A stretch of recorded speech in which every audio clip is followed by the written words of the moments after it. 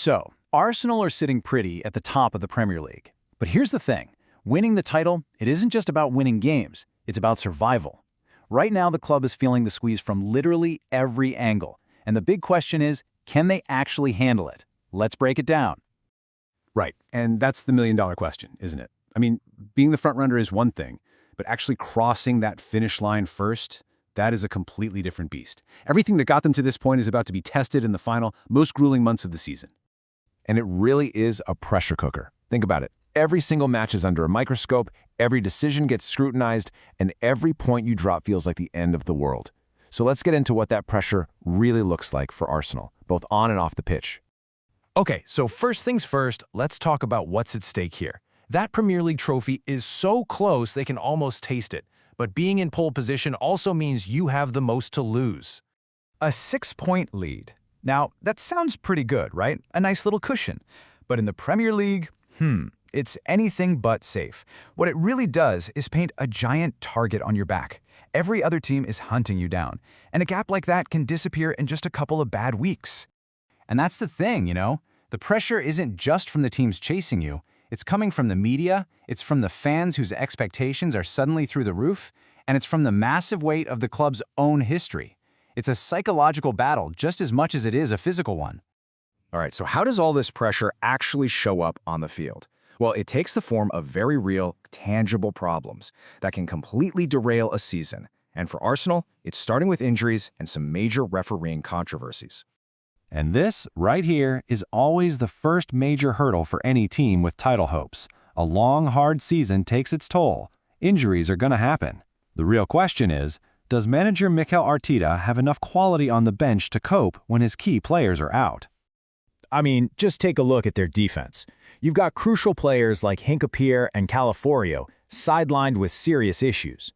Look, these aren't just little tweaks or minor knocks that keep a player out for a game. These are significant absences in a critical part of the field that will stretch this squad to its absolute breaking point. But, it's not just the stuff you can control, like squad rotation and fitness. The pressure also comes from things that are completely out of your hands. Those 50-50 moments in a game, a referee's call that could swing a result.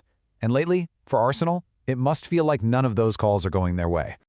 Okay, perfect example. That Nottingham Forest game. A potential handball gets waved away by VAR, and what you get is two managers on completely different planets. Arsenal's Mikel Arteta is absolutely fuming, calls it a clear penalty. On the other side, Forest's Sean Dyche is basically saying if that's a penalty, then what's the point of even playing? It completely split opinions.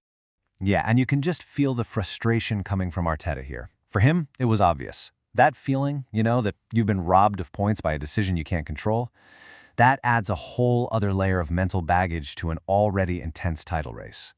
So, with all this chaos happening on the pitch, you'd think it'd be panic stations behind the scenes, right? Well, it's actually the total opposite. Off the pitch, Arsenal's strategy is a picture of calm and control. And to really get why they're being so calm now, we gotta rewind to the summer. They dropped over £250 million. That wasn't just a shopping spree. It was a massive, strategic investment to build a squad for the long haul. And it also means they're not going to be pushed into any rash moves now. So that brings us to their philosophy right now, which is basically strategic patience.